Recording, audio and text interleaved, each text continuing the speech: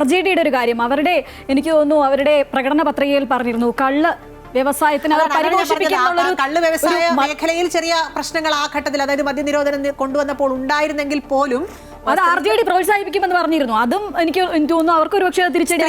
സ്വാഭാവികമായും NDA സ്ത്രീകൾ പിന്തുണയ്ക്കാവുന്നതിൽ ഒരു പ്രധാനപ്പെട്ട കാരണം ഇത് തന്നെയാകും. ഈ മദ്യനിരോധനം മാത്രമായിട്ട് നമുക്ക് കണക്കാൻ കഴിയില്ല. പക്ഷേ അതിൻ്റെ അകത്തൊരു പ്രധാനപ്പെട്ട കാര്യം അത് തന്നെയാണ്. കാരണം രാത്രി പുറത്തിറങ്ങി നടക്കാൻ സ്ത്രീകൾക്ക് അനുവാദം കിട്ടുക, അല്ലെങ്കിൽ അവർ സ്വതന്ത്രമായി സഞ്ചരിക്കുക എന്നുള്ളത് പ്രധാനപ്പെട്ട കാര്യം തന്നെയാണ്. ഒരു സ്ത്രീക്കും ഒരു പുറത്തിറങ്ങാൻ രാത്രിയായാലും പകലായാലും ഇറങ്ങി നടക്കാൻ ആരുടെയും അനുവാദം വേണ്ട. പക്ഷേ ബീഹാറിൽ അങ്ങനെ ആയിരുന്നില്ല എന്നുള്ളതാണ് പ്രധാനപ്പെട്ട കാര്യം. കാരണം അത്രയധികം ഗുണ്ടാ സംവിധാനങ്ങളുടെ ഒരു ഭാഗമായി നിന്നതാണ് ബീഹാർ. അതിൽ ഏറ്റവും പ്രധാനപ്പെട്ട ഒരു കാര്യമുണ്ട്. അതായത് ഈ തെരഞ്ഞെടുപ്പ് പ്രഖ്യാപിക്കുന്നതിന് ദിവസങ്ങൾക്ക് മുന്നെയാണ് ബീഹാറിലെ ഏറ്റവും പ്രധാനപ്പെട്ട ഗുണ്ടാ നീക്കങ്ങൾ നടത്തിയ നേതാവിനെ ഈ ഡൽഹി അതിർത്തിയിൽ പ്രത്യേക സേനാ വിഭാഗം വെടിവെച്ച് കൊലപ്പെടുത്തിയത്.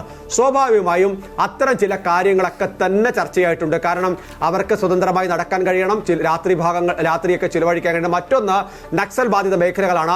സായുധ നക്സൽ സംവിധാനങ്ങളുടെ കേന്ദ്രമായിരുന്നു ബീഹാർ. അവിടെ നിന്ന് ഒരു പരിധിവരെ അതിനെ ഒഴിപ്പിക്കാൻ നിലവിലുള്ള സർക്കാർ സംവിധാനങ്ങൾക്ക് കഴിഞ്ഞിരുന്നു. അതിന് കേന്ദ്ര സർക്കാരിന്റെ പൂർണ്ണ പിന്തുണയാണ്. നമ്മൾ ഛത്തീസ്ഗഡിലൊക്കെ കഴിഞ്ഞാൽ എത്ര അധികം നക്സലുകളാണ് ആയുധങ്ങൾ വെച്ച് കീഴടക്കി ജനാധിപത്യ സംവിധാനത്തിലേക്കൊക്കെ വരുന്നത് കണ്ടതാണ്.